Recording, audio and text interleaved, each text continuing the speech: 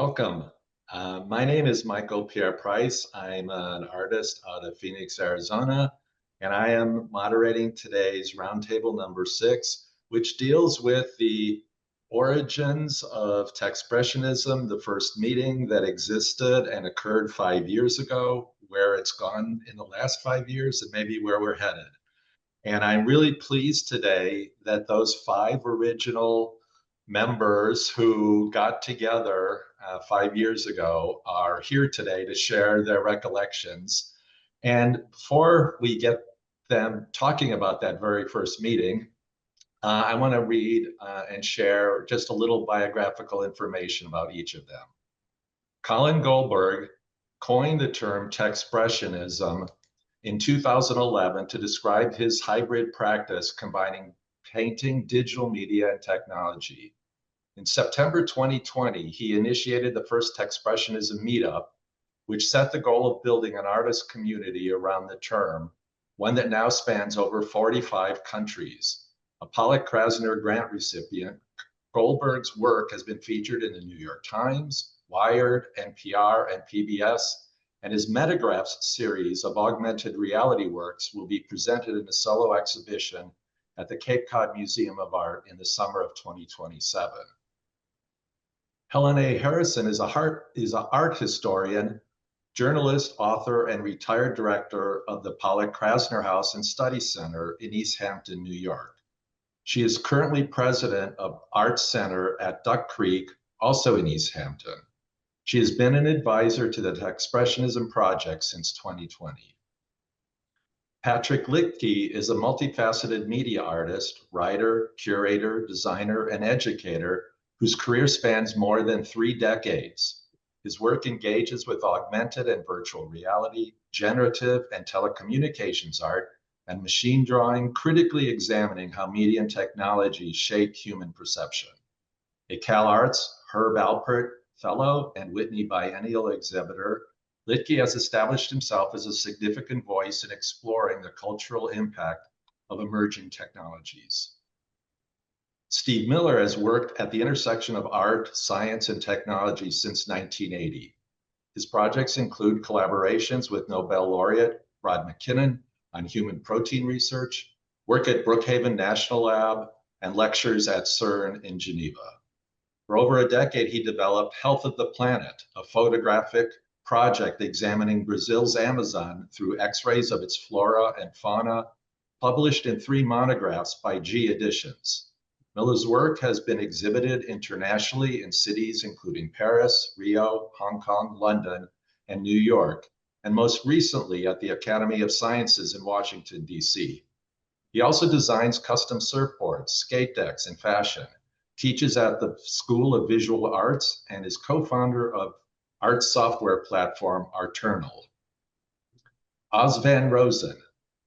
Art has always been a passion, initially painting, then photography. One day I accidentally destroyed my images to their most basic pixels and took them in all sorts of random directions. I played around with digital techniques and transformed my images to something I didn't recognize, but quite liked. I thought Techspressionism would be a good way to describe it. Colin, who coined the term, called me and said, "What about a movement? Is that warranted?" I said, "Hell yes," and here we are today, 5 years later. So here's the cast who started this all, and I'm so pleased that all of you are here. And I'm going to turn over the first set of comments and recollections from that first meeting to Colin Goldberg, and we'll go in order from there. So Colin, welcome. Thanks, Michael. And I'm really glad that you came up with this idea, to get us all together in the first place. And I'm happy that everyone was able to make it today. So, I came up with this term as a title for a solo show, which was pretty much a DIY effort at a little pop-up rental gallery in Southampton.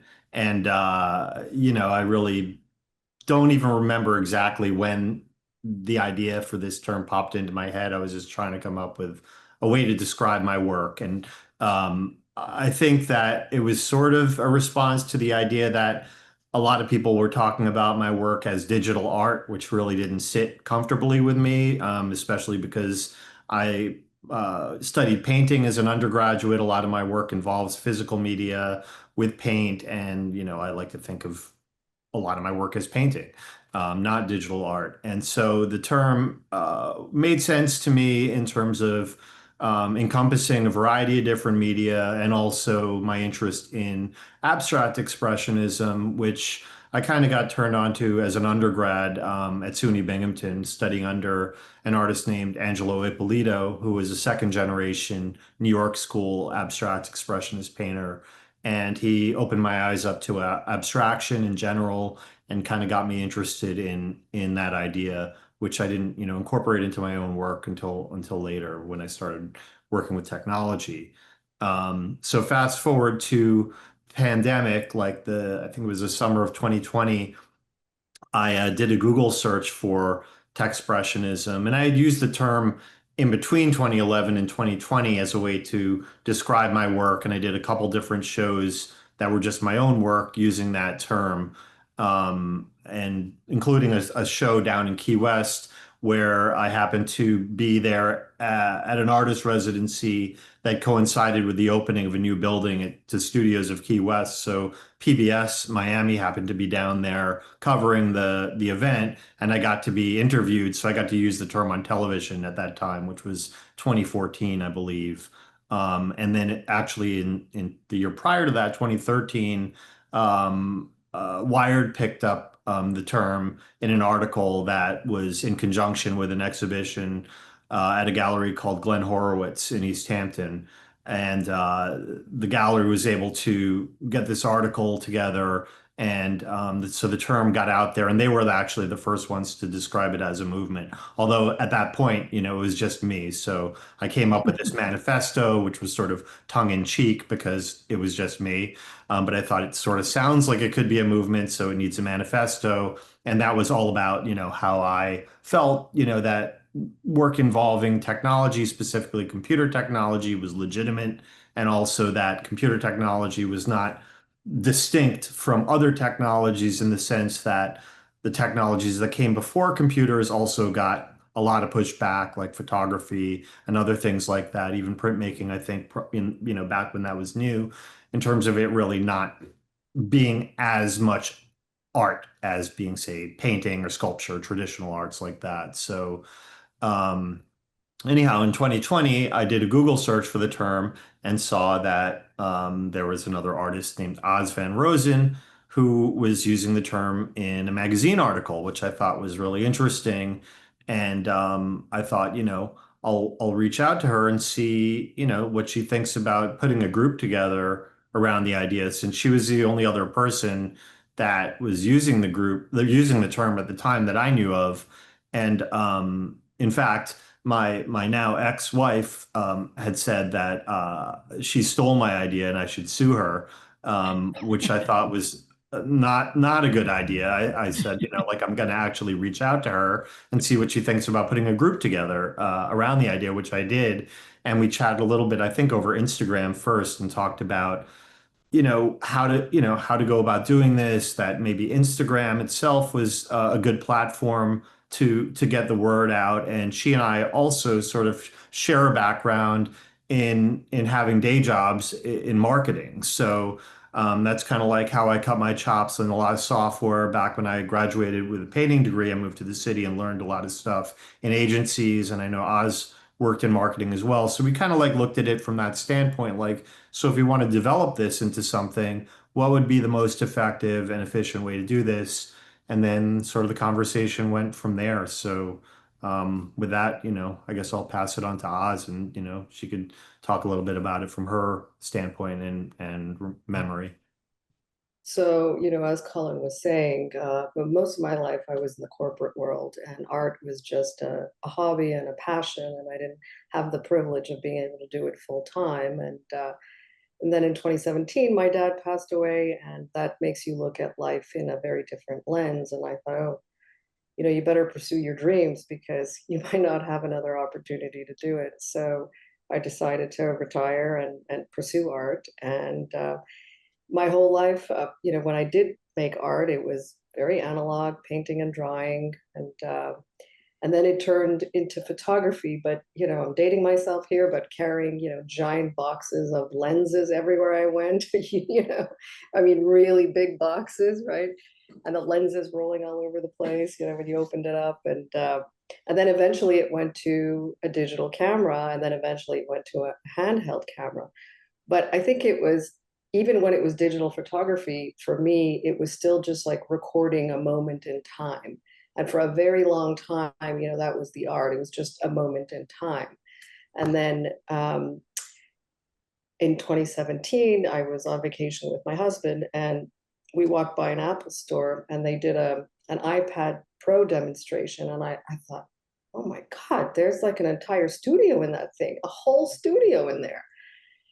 So, got that, started experimenting with it. I went back to art school and, went back to drawing and painting, and couldn't really do it because of my back. And then at that point, I think that's when kind of all these apps started coming out, right? iPhone apps. And then I started exploiting all these apps, and I'm like, wow, okay, for me, that was like the moment. That was the moment when I thought, all right, this has taken a giant leap forward, going from an image, or what you can do with an image, to completely destroying it and changing it to something infinitely and endlessly, changing it to all kinds of things, all kinds of different images, and using all kinds of techniques. And we were on vacation in Florida, and I remember saying to my husband, I think this needs some kind of category. In marketing, we do a lot of positioning and branding. And I think that's where me and Colin kind of came at it. We needed to categorize. And I felt like this is totally different than anything that's been ever done before. Not necessarily what I was doing, but the ability to do what I was doing. And I'm sure others are probably going through the same thing, realizing like, wow, they could absolutely change what they're doing, from, I don't know, analog or even digital, from photography to so many of the other things. And I remember just thinking about, okay, so, well, there was abstract expressionism. Well, what if I called it abstract Techspressionism? And I said to my husband, what do you think of abstract Techspressionism? Kind of like, I had to explain to him, he's not an art person at all.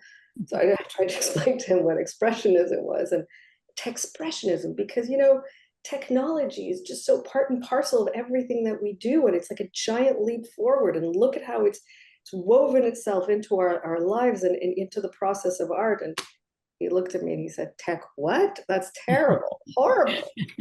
That's a horrible description. And I thought, okay, whatever, I'm just going to use it, and not really doing any research or anything like that, just sort of started using it. And then I remember getting the call from Colin, and he said, I've been using this since 2011. Do you think that we should do movement? And I said, I think it definitely warrants a movement. You've got my blessing, go, Godspeed. And he has single-handedly turned this into a massive movement. And I'm really, my mind is blown at what it was 5 years ago to what it is today. I still remember my husband's expression when I said Techspressionism. He's like, no one's ever going to use that word. So that's my recollection.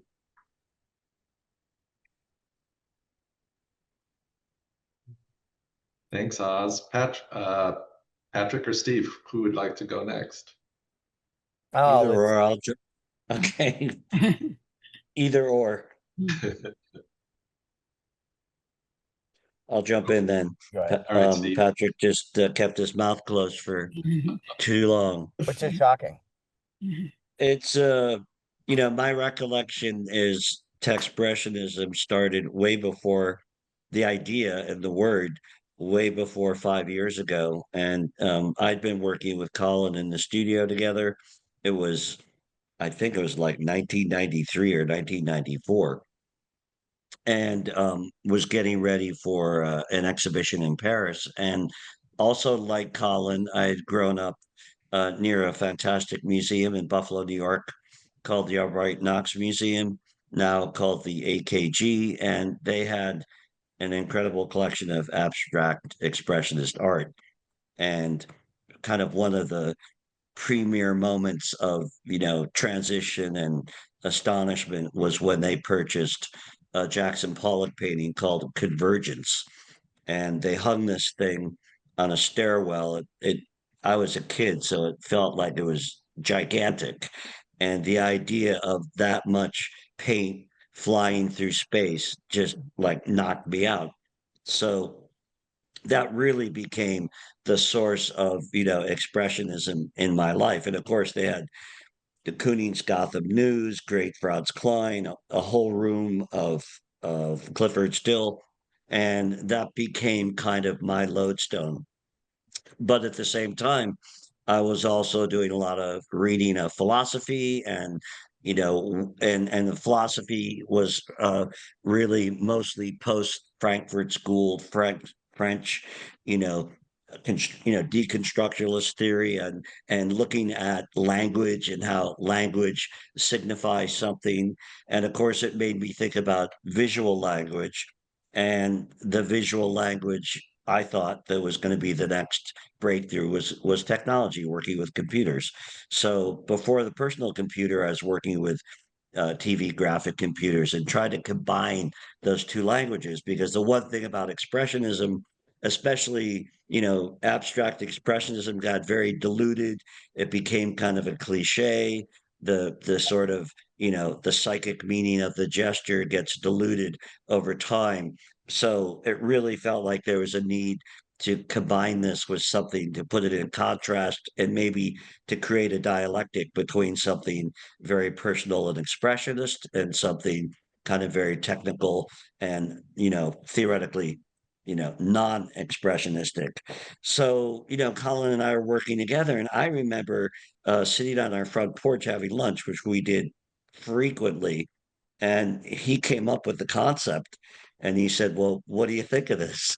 And I thought, like, wow, that's I was so tied to the notion of abstract expressionism, especially like Oz was saying, this abstract thing in front of it, which was awkward because it wasn't abstract, but it was this idea of combining a notion that you could use, well, from my point of view, you could use the structure of technology and still have a kind of human touch that related it to something more meaningful or deeper, as the abstract expressionists sometimes they called the psychic gesture. The automatic gesture came from something that was subliminal and pre-conscious in some way. And at the same time, Pollock said, I am nature. And of course, I'm very interested in the environment in my work. So when Colin came up with this idea, I was kind of like, not sure about this, Colin. But the more we thought about it, and then, Colin's my, tech guru. And, we get to this idea of marketing.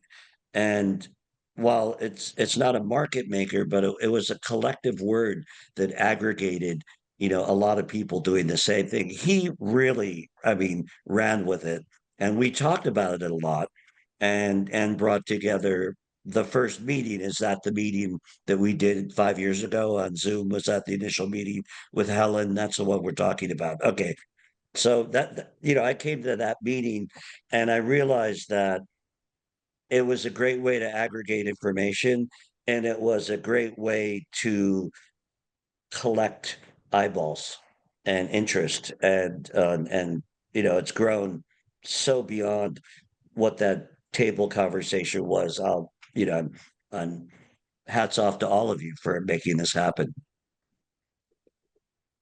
I guess I need to jump in then. And so anyway, I want to thank, Colin, Michael, everybody for having me here. And well, let's see here. My roots in art are very old. My mom was an artist, fairly well known regional artist in Akron, Ohio. Studied with painters like Jack Richards and that sort of thing, who were, again, very well known record, regionals. And my interest in art was, just baked into me from an early age. And, she taught me, painting, textile, ceramic, whatever. And then I remember I was either 5 or 7, I can't remember. I was at the Akron Institute of Art, which, by the way, was a great museum. I think the idea that most of us have been near great museums. And there was a show of neon art that was called 186,000 miles per second, and it was just all this neon art.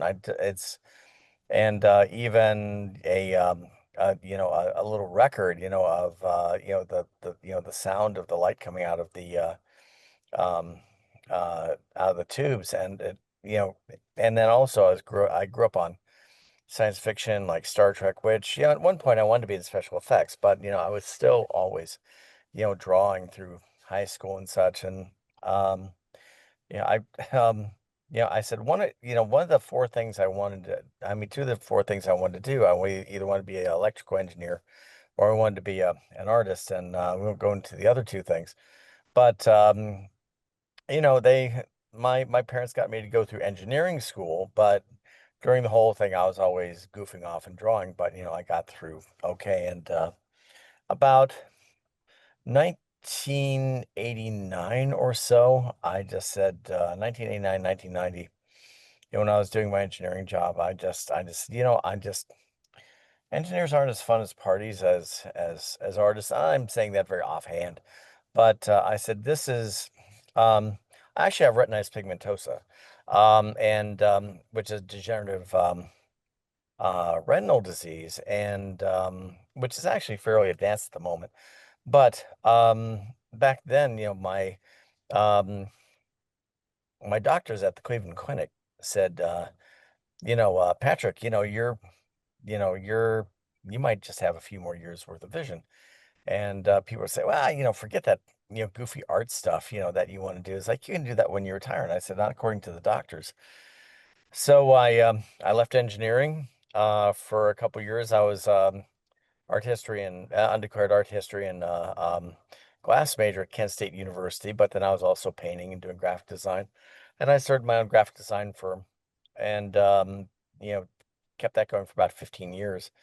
And at the same time, there was I was actually doing art on the CompuServe, um, let's see here, computer art and multimedia GIF um, lists, like 1989 or so, but I just remember about 1994.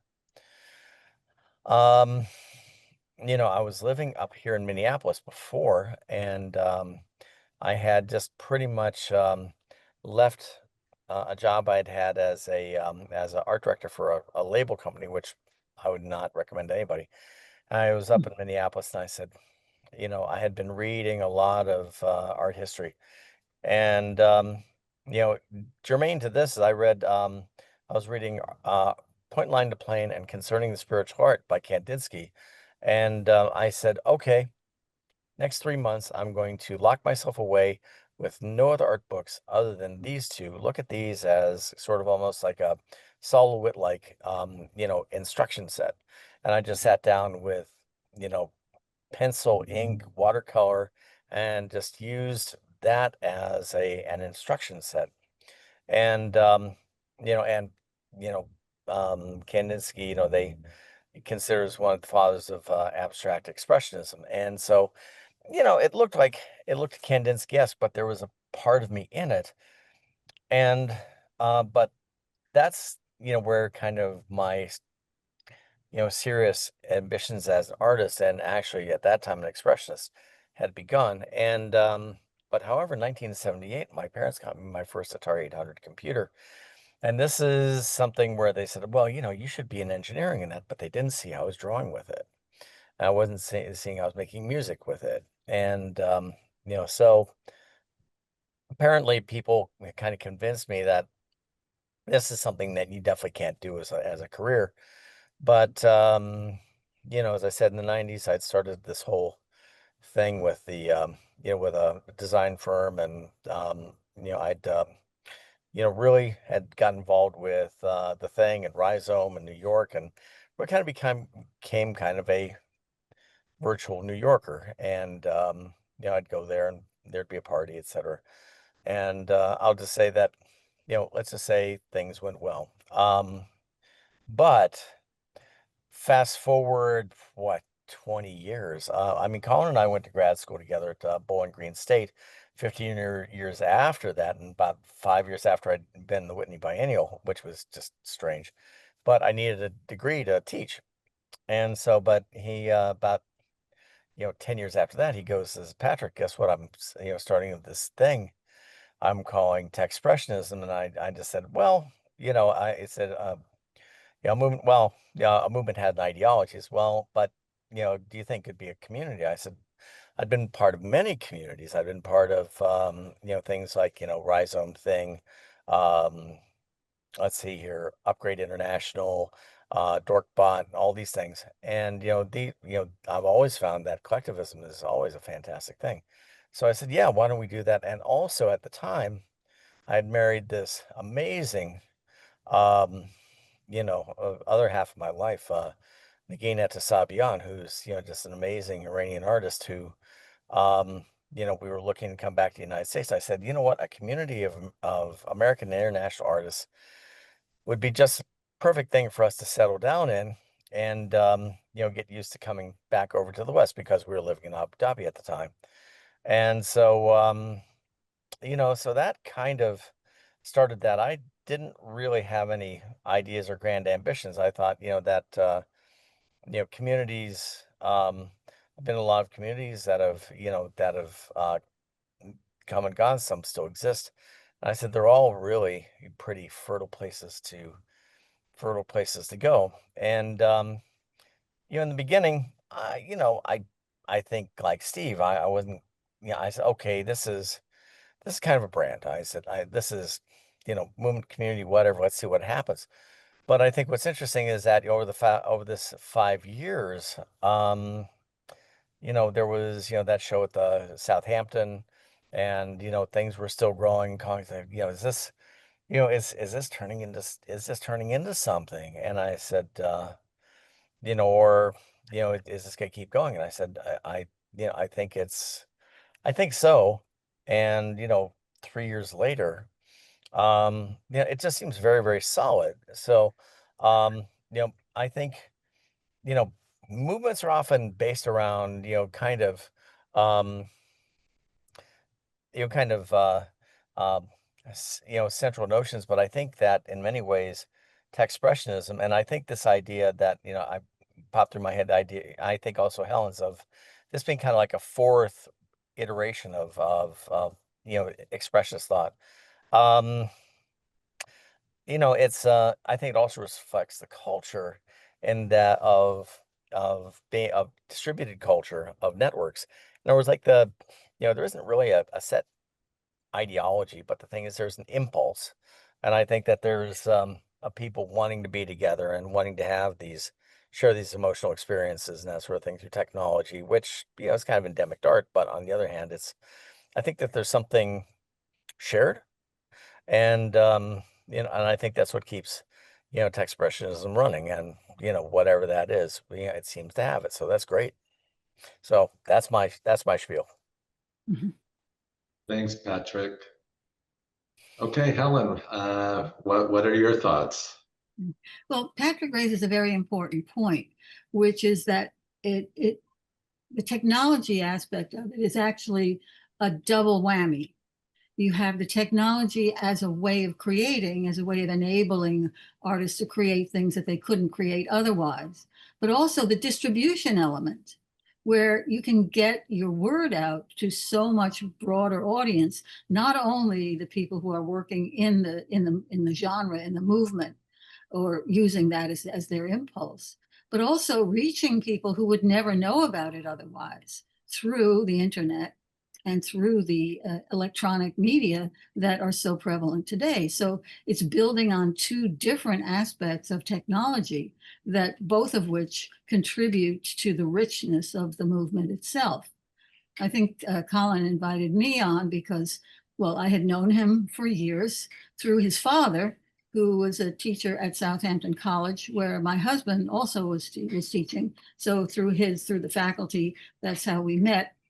But when he approached me in 2011 and asked me if I would write a little intro to the catalog for the show that he mentioned, he was talking then about how technology, or how a movement, or how an impulse like Techspressionism, where did it fit?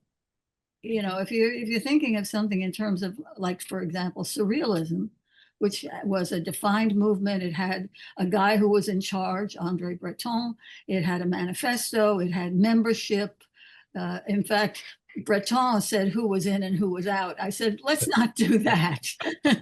We don't want to have the Pope of Techspressionism, like Breton was the Pope of surrealism, because that's A, too hierarchical, and B, who cares what this guy thinks? You know, this is really reaching out to a much broader and much more diverse group of practitioners. So what he really wanted me to do, I think, was to relate the impulse to other impulses that had kind of a similar origin story. And being the head of the Pollock-Krasner House and knowing a few things about abstract expressionism, that was a way of making the connection, because the whole point to me is that it's expressionistic, that the technology is the means to an end.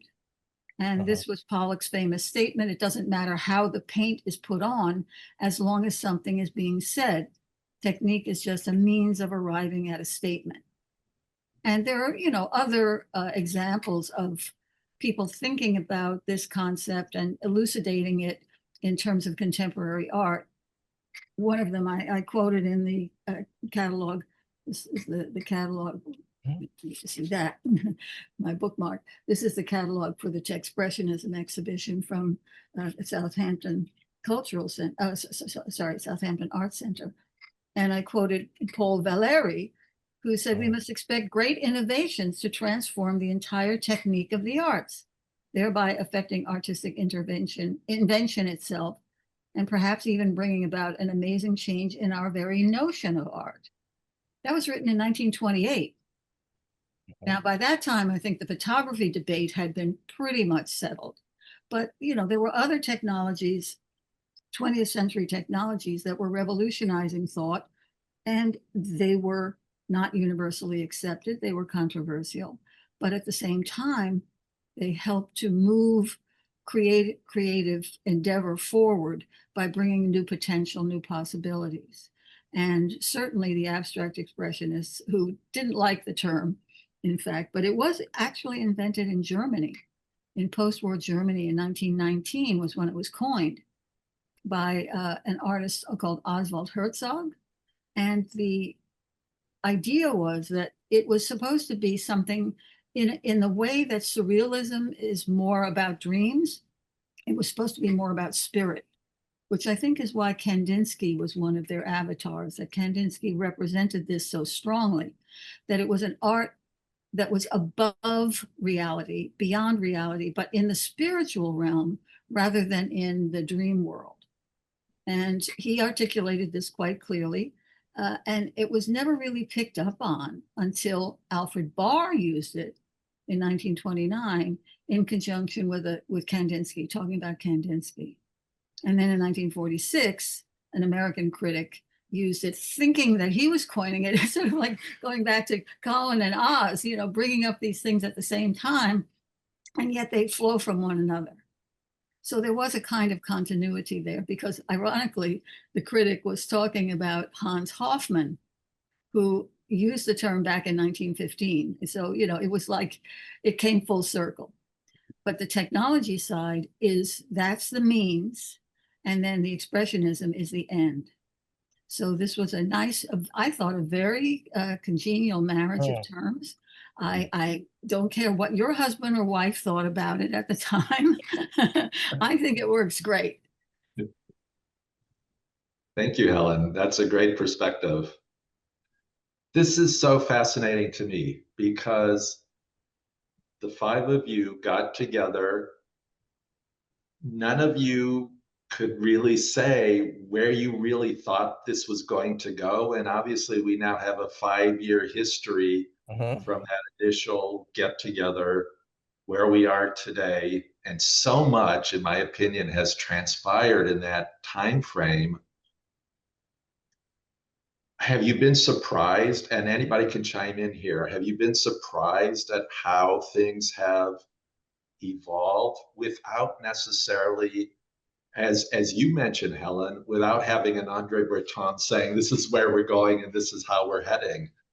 My opinion has been that the decentralized nature, although Colin has been obviously a very central figure in this, he has been reluctant to be the Andre Breton of the community, and he has basically asked everybody who's interested, if you have a cool idea, run with it. And I think that sense of community has been really, really powerful. But from where you all started 5 years ago and kind of coming together like you've talked about here from each of your vantage points, how did we get here, and what surprises, and how do you read the history right now of this 5 year period that we've gone through? Because there's so much has happened. Well, what Could I- surprised me was the exhibition. When we started talking about doing a physical show, because up till that point, it had just been online and the community was building and people were sharing ideas. But then you say, well, who's going to see this? Only the people who are online. But if it's a real art movement, a real an international impulse, it would be great to be able to manifest this in physical terms so that you can see the variety all in one place, instead of having to go online and going into the different forums. And once the exhibition idea started to gel, I was just absolutely stupefied by the number of people, the number of different approaches, the number of, I mean, think about people all over the world doing this without realizing that there was a community, and then suddenly becoming part of that community. And it just seemed to me, being a museum person myself, and I like to look at art on walls or on a pedestal. I like the physical stuff. And even when it's electronic, if it's on a monitor or something like that, just to be able to sit in front of it and contemplate it rather than having to go on Zoom, off Zoom, whatever. And I felt that the show, and and it has had a couple of afterlives, that really helped to make the movement solidify. I would agree with that. I remember thinking, wow, it's real, and yeah, and it was so amazing to see all the different artists. And I agree with you. I like seeing, we're just so inundated with digital images now, and our eyes are always on some screen, big or small.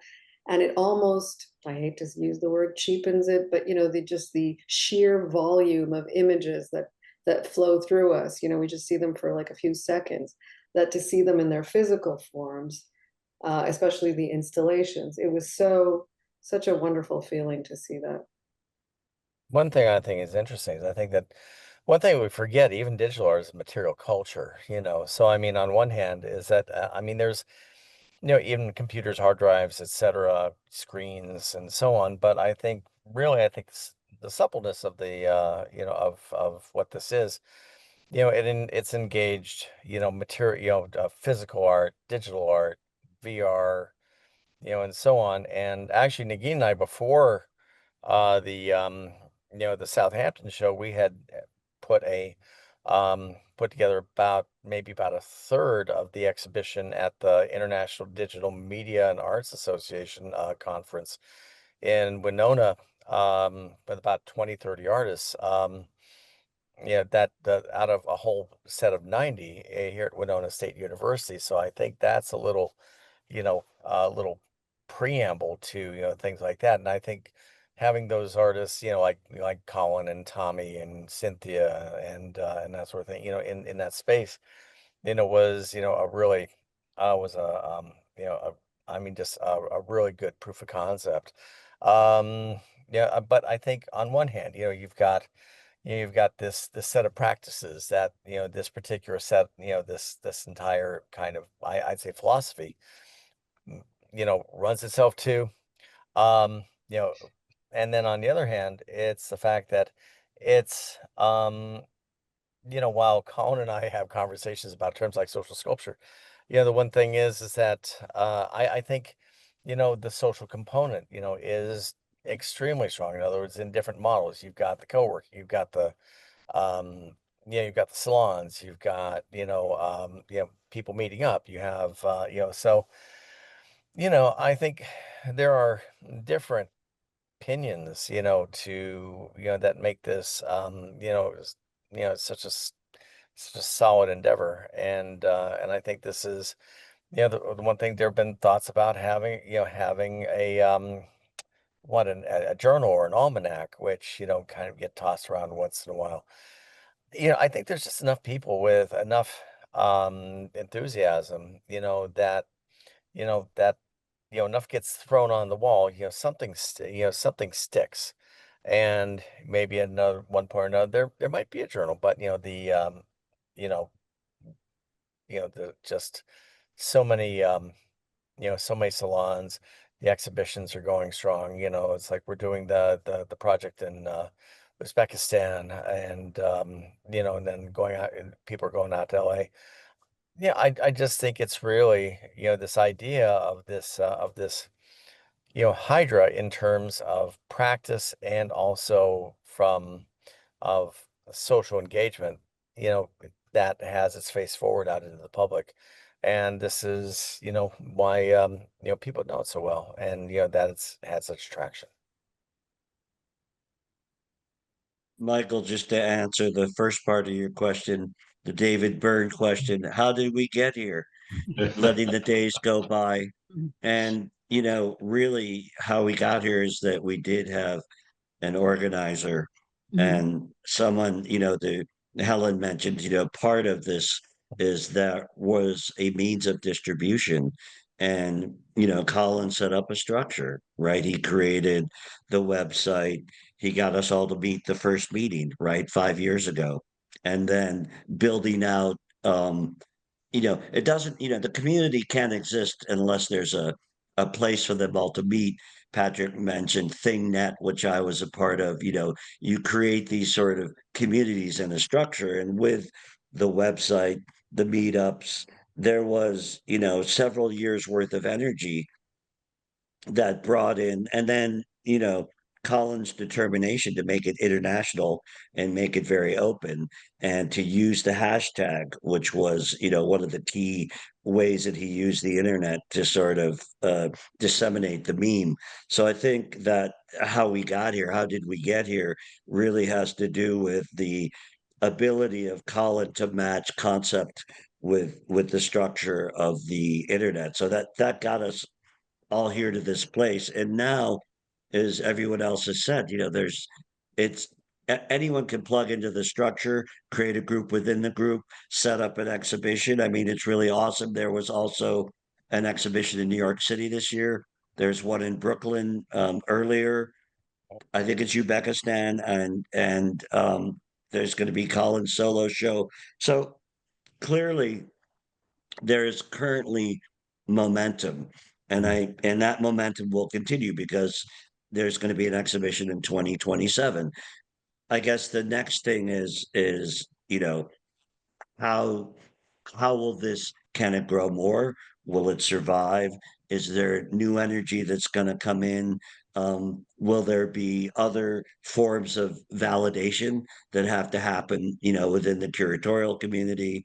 And as technology becomes, obviously AI as technology becomes the prevalent language of culture, and forget about art. I mean, it's intersected every aspect of our lives already, and it'll be really interesting to see if we are going to be um, emotionally vulnerable and accessible in this sort of non-human structure to keep it alive with our part of the conversation. So there's the technology that arrives, and then it's how we use that technology, and in my opinion, to humanize it, make it accessible, to translate it, to perhaps even make it beautiful.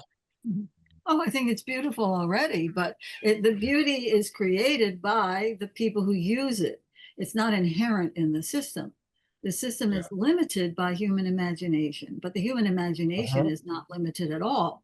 So, I mean, first of all, hats off to Colin for taking on this whole project. But I remember when we first talked about the exhibition, I said, be careful what you wish for, because it's a lot of work. And Yeah. just, I mean, what a herd of cats, you know, they're all over the world, and corralling that, all that energy and getting it into a physical space was a big endeavor. And, you know, on that level, as well as just the holding together the group online, is really a major production. And I have to say, I think he pulled it off brilliantly.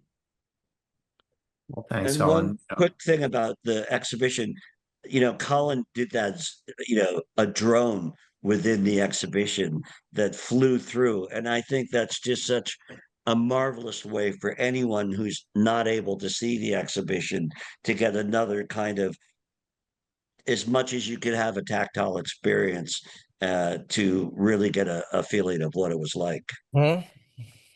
Yeah, so the drone it was piloted by a high school classmate of mine named Joanna Steidel, who went to Southampton High School with me. We graduated in the same year. She actually lived on the same road as I grew up on, which was a dirt road at the time. And I just thought this would be a really cool way to document the show. I feel like as far as the surprises go, it's just been an ongoing sequence of surprises. I think an early one was when Devonte Bradley, Davo, who he moderated a lot of the early salons, and he was one of the first people that I kind of actually called up because I tagged his work with hashtag Techspressionism, and then he reminded me, and then there were three fire emojis after it, and he's like, "Whoa, like I like that term, and then once he started getting involved with the group and the salons and everything like that, he said, I feel like I found my tribe. And I Mhm. thought like, wow, like that's pretty powerful. Like that's a reason to keep doing this for people to feel like this is their place to be and there's like-minded people. I mean, as far as like the ideology behind it, the manifesto, like the first version of the manifesto really was about that I feel like this is legitimate. That there's a number of points in it. I was just looking back on it, but that the first point, and I think the first 3 points are the important ones for me. The most important ones are that the computer and technology in general are not separate from humankind, but a natural extension of us. The second one would be that technology is a continuum, which is as old as humanity, not a novelty or fad. And then the third one is that the computer is one of a long string of tools which have enabled human expression, including the typewriter, the camera, the printing press, the pen, the pencil, and paint.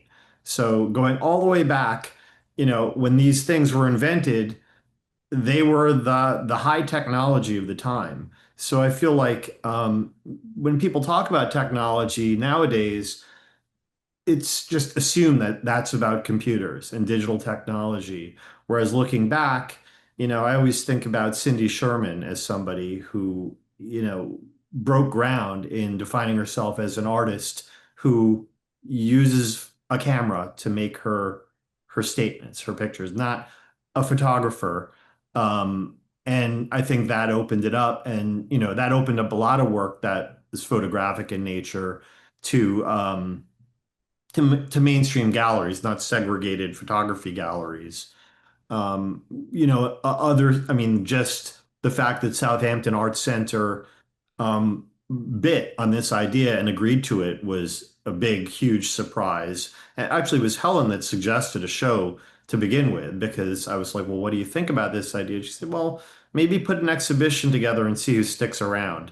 And here we are, although Patrick seems to have lost his connection. But see who sticks around. And I think that it's gone way beyond I could have what I ever could have anticipated. And I remember at the time, Amy Kerwin was the director of Southampton Arts Center, and I pitched the idea to her, and I was like, well, the show could just be called Techspressionism, and she said, it needs something else. how about Techspressionism beyond, beyond the digital? And I thought, well, some of it is inherently digital, like some of it is screen-based work or animation, NFTs. To me, like that constitutes what I would consider digital art. And you know, so we ended up just, agreeing on this Techspressionism, digital and beyond. So it's digital as a jumping off point, but then, you know, sort of extrapolating into all these other areas like painting and printmaking, sculpture, and so on and so forth. And Well, this idea. the common denominator is the expressionism part of it. The Mhm. technology is varied and widely Mm. varied. You had printmaking, you had sculpture, you had all kinds of other things, but the idea is to have a subjective element that you are expressing something. It's not just graphic design, it's not just imagery, it's not branding or pop culture or whatever. It has to come from inside the artist, and then you find the technological way to express it, to get it out. hmm Yeah, no, that's a very good point. And I think at the first salon, well, there were two things that happened in the first salon that stick out of my mind. Because the original definition when I first came up with this term was an artistic style in which technology is utilized as a means to express emotional experience rather than impressions of outside reality. And that was me pretty much just taking very long-winded definition, taking the Oxford definition of expressionism and of technology and like sticking them together. And I remember Oz said, why don't you just get rid of like that whole end part about rather than impressions of the outside world, especially because she was starting as with photographic imagery. I assume that might have been part of the rationale behind it. So some of it was actually based in impressions of the outside world. It was just taking these things and working with them in a way that's expressive, personally expressive. And then Helen said, why don't we just get rid of this word style altogether and replace it with the word approach? And at that time I couldn't really wrap my head around how important that has been in terms of the group being so or just the term being so applicable to so many different types of artists, whether they're abstract or figurative artists, whatever the way they're using technology is, and this idea that it's expressionism, the expressionist aspect of it, is what differentiates itself from digital art to me, which is applicable to things like video game design or mainstream media like Pixar movies. And when you look at digital art programs in college, this is sort of like that's the end game, is that students graduate with a degree in digital art and they go out into industry. So this is, for me, Techspressionism, the term is a differentiator, that it's individual artists using it to express themselves. Um, and with that, and then just, yeah, I made a point out of it being, based on self-identification. That is, like, you're a Techspressionist when you say you are. So the idea that if you like the term, then you're free to use it. No one has to approve you being part of the group or not part of the group or whatever, like, and this idea of it being brought into common usage was a personal goal of mine in terms of getting people together and seeing who likes this as a term. So a lot of people over the last 5 years have said, are you going to trademark this? Are you going to make it into a not-for-profit organization? Are you going to make merch and sell T-shirts? And it's just like, no, and this flies in the face of all marketing, but marketing generally, the goal isn't to make something open source or universally applicable, and to bring something into common usage. It's to make it proprietary. So the whole process has been really sort of like you know, a little bit of an unraveling of like that part of my brain, and then seeing the way people take it and run with it. I mean, that's to me the most gratifying part of this is seeing people like Tommy Mintz just say, hey, you know, like I'm teaching at this college in Brooklyn and I have access to, you know, the Kingsborough Art Museum space. What do you think about putting a show together? And I was like, yeah, go for it, you know? And I think the biggest surprise actually for me is the way that the hashtag has propagated itself on its own. I mean, I have always been a fan of Richard Dawkins, who invented the term meme way before funny internet cat memes were a thing. It was to describe a field of study called memetics, which is based on genetics, and it's the idea of how cultural content propagates through hosts, which is a little spooky, but we are the hosts, and the memes propagate themselves through us. And this is something that, you know, through pop culture, meme turned into something else, the mainstream definition of it. But I thought, you know, there's definitely validity to the theory, and that the internet is a really, you know, it's the most potent way that information is disseminated. And the hashtag really is the way that it's reached the most people. And it's been adopted on its own. You know, it's the closest thing to anything viral that I've been a part of. Because honestly, like in the beginning, I was tagging people with the hashtag that I thought their work exemplified what I felt was Techspressionism.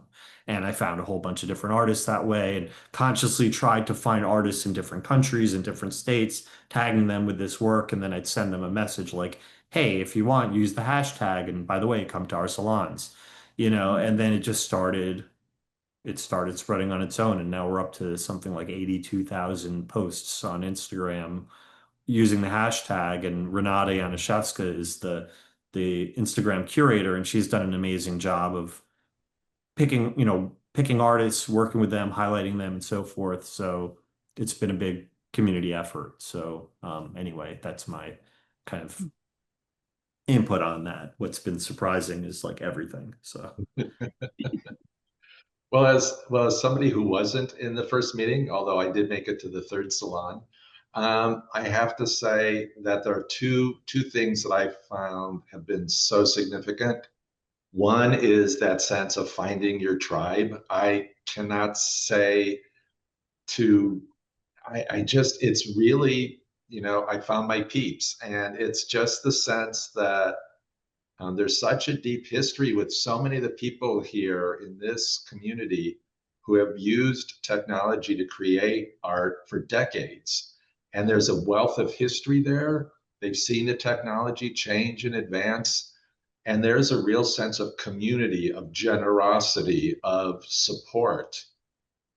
And the other thing for me, the term Techspressionism has been a way in to talk about what I do, because it is so confounding for people who don't understand how art can be created using technology, that there's very little common lexicon that you can use for people to get it. And having a word that's sort of out there that they're not quite sure, it starts a conversation, and I really love that about that. And so I think those have been, for me, really wonderful parts of being part of this community, this movement, this social sculpture, whatever. I think we should wrap up. So I'd like to leave each one of you with a couple minutes to share any ending thoughts that you might have about maybe where we're headed, or what you're hoping for, or just any thoughts about what we've talked about today. I have a random question for Helen. Okay. Obviously, Andy Warhol was pop art, but wasn't he really the first Techspressionist? I remember a retrospective at the Whitney, and the curator was describing his work, and he said, well, at one point he held this massive party at his, space, and the party was end of painting party. It was when he officially decided he was no longer going to be painting anymore, and he was only going to be using digital techniques. technically, in my mind, I think he's the first expressionist. Well, I can't say I agree with you because I think Warhol, if you take him at his word, which of course many people did not because they didn't take him very seriously, he said he just wanted to be famous. And so whatever, it wasn't about expression. Remember, this is Techspressionism, where expression is paramount. It is actually about making images that sell well. And of course, he really, most of his work, the work that was at the Whitney, the really important work was down in the gallery by the entrance, sort of off to the side where most people missed it, was his portraits. He made a fortune doing portraits of celebrities. That was his bread and butter. The rest of the stuff was icing on the cake because it didn't really sell that well. Even Castelli couldn't move it. He never got a good review in his entire career. And people considered him just a jumped up fashion illustrator. But it was his brilliance at marketing and promotion. He even had a television show at one point. If you ever get a chance to go to the museum in Pittsburgh, it is brilliant. It really is. I am not a Warhol fan, but if anybody's career was going to be explicated, that would be the way to do it. But I think that really, if you think about technology as a means of expression, you would have to maybe go back to the early photo manipulations of people like Duchamp and El Lissitzky and people who were playing with photography as a vehicle for abstract thought and abstract imagery.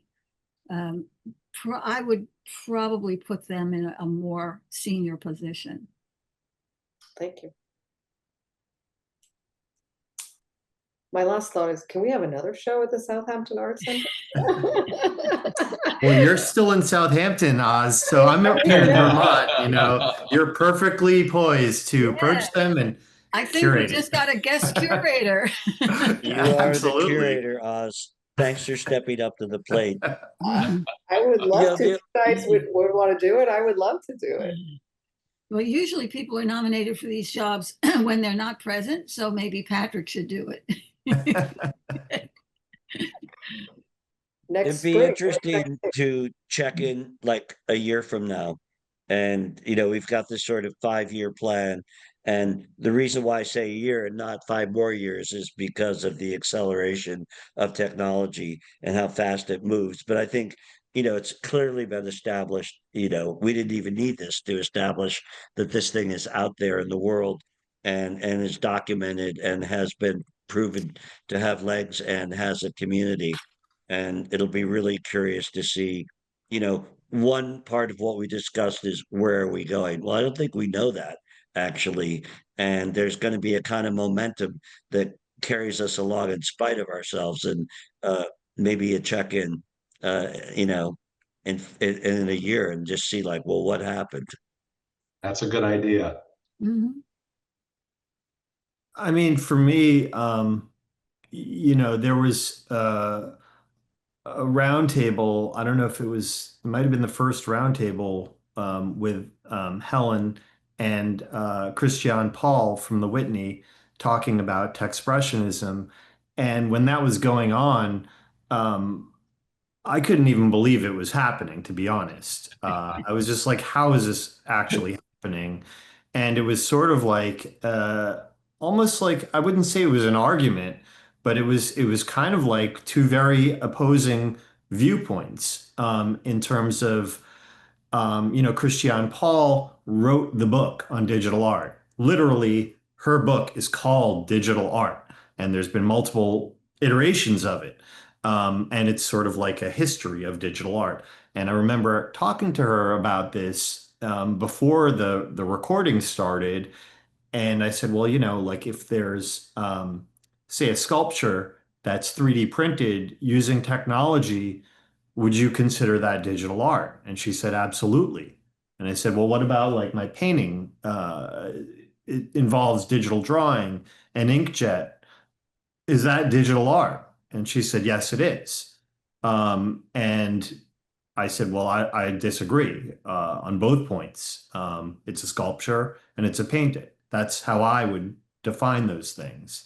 And that's, that's a big piece of why this is important to me, and why I've pushed forward with this is because the term digital art, it's going to become meaningless. I mean, my kid draws on her iPad. She doesn't think about digital art. She's drawing. It's just, it's like, Steve was saying, it's beyond art. Technology is just embedded in our existence at this point. It's part of everything that we do. So to segment it off, I think it's at this point, it's a done deal. And I think about where we were 5 years ago, and then there were NFTs. There was Beeple who sold his NFT, the Everyday's NFT for I think more than anything had ever sold by a contemporary living artist at Sotheby's or Christie's or wherever it was. It was like hundreds of millions of dollars, something insane. And what that did was it got people talking like, can you believe this sold for this much money? That's ridiculous. And all of a sudden people were like, what the heck is an NFT? What is this stuff? And it was people, it was just like when the web started and I got involved in that in 1994 doing CD-ROMs, and the guy at the shop I was working in East Village said, hey, there's this new way to distribute multimedia globally. It's called the World Wide Web. We've got to get in on this thing. Nobody was using it. No one even knew what it was. And then all of a sudden, my dad is like, I got to get an email account. I'm like, what? He's like, oh, the website. And I'm just thinking like, this is insane. Like everyone is using this thing now. And the same thing with the way that technology is, sort of the technology sector of the art world has become, as to some degree, mainstreamed, even sort of bleeding over into like blue chip galleries now, where you'll see, artists that weren't even using technology deciding to mint NFTs, like, I don't know, Damien Hirst or these other people.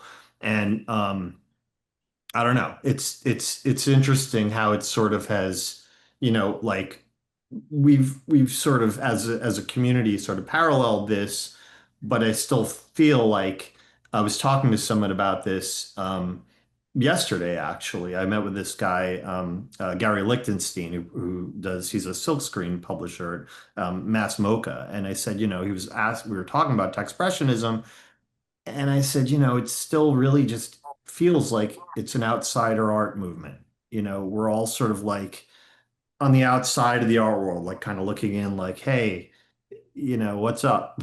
And it's like Steve had said, where does it go from here? Like, does there need to be more involvement from curatorial, outside curatorial sort of viewpoints? And I think that is the next logical